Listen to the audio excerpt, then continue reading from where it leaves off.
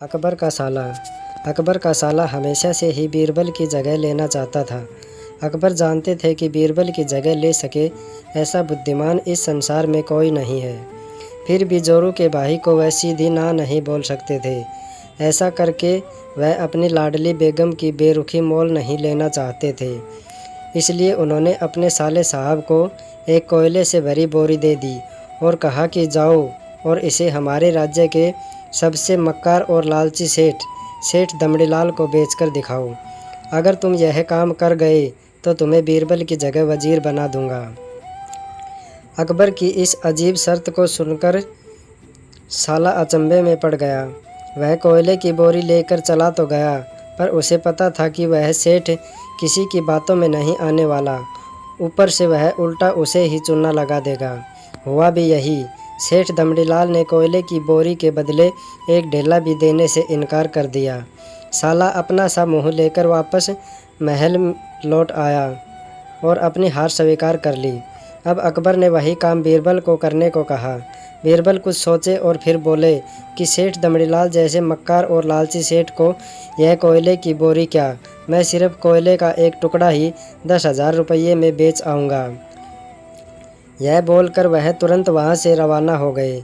सबसे पहले उसने एक दर्जी के पास जाकर एक मखमली कुर्ता सिलवाया, हीरे मोती वाली मालाएं गले में डाली, महंगी जूती पहनी और कोयले को बारीक सुरमे जैसा पिसवा लिया। फिर उसने पिसे कोयले को एक सुरमे की छोटी चमकदार डिब्बी में भर लिया। इसके बाद बीरबल ने अपना भेष बदल लिया और एक मेहमान घर में रुककर इश्तिहार दे दिया कि बगदाद से बड़े शेख आए हैं जो करिश्माई सुरमा बेचते हैं, जिसे आँखों में लगाने से मरे हुए पूर्वज दिख जाते हैं और यदि उन्होंने कहीं कोई धन गाड़ा है तो उसका पता बताते हैं। यह बात शहर में आग की तरह फैली। सेठ दमड़ीलाल को भी ये बात पता चली। उसने सोचा ज़रूर उनके पूर्वजों ने कहीं न कहीं धन गाड़ा होगा। उसने तुरंत शेख बने बीरबल से संपर्क किया और सुरमे की डब्बी खरीदने की पेशकश की। शेख ने डिब्बी के 20,000 रुपये मांगे और मोल भाव करते करते 10,000 में बात तय हुई। पर सेठ भी होशियार था। उसने कहा, मैं अभी तुरंत ये सुरमा लगाऊंगा और अगर मेरे पूर्वज नहीं दिखे तो मैं पैसे वापस ले लूँगा।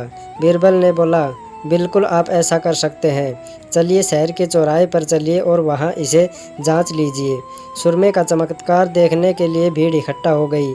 तब बीरबल ने ऊंची आवाज़ में कहा, ये सेठ अभी ये चमत्कार सुरमा लगाएंगे और अगर ये उन्हीं की औलाद हैं जिन्हें ये अपना माँ बाप समझते हैं तो इनके पूर्वज दिखाई देंगे और गड़े धन के बारे में बताएंगे।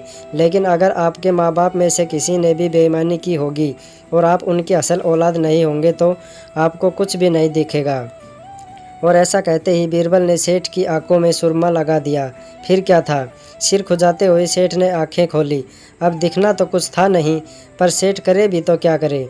अपनी इज्जत बचाने के लिए सेठ ने 10,000 बीरबल के हाथ थमा दिए और मुंह फुलाते हुए आगे बढ़ गए।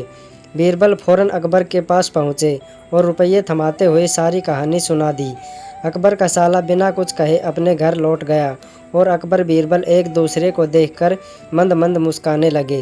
इस किस्से के बाद फिर कभी अकबर के साले ने बीरबल का सथान नहीं मांगा।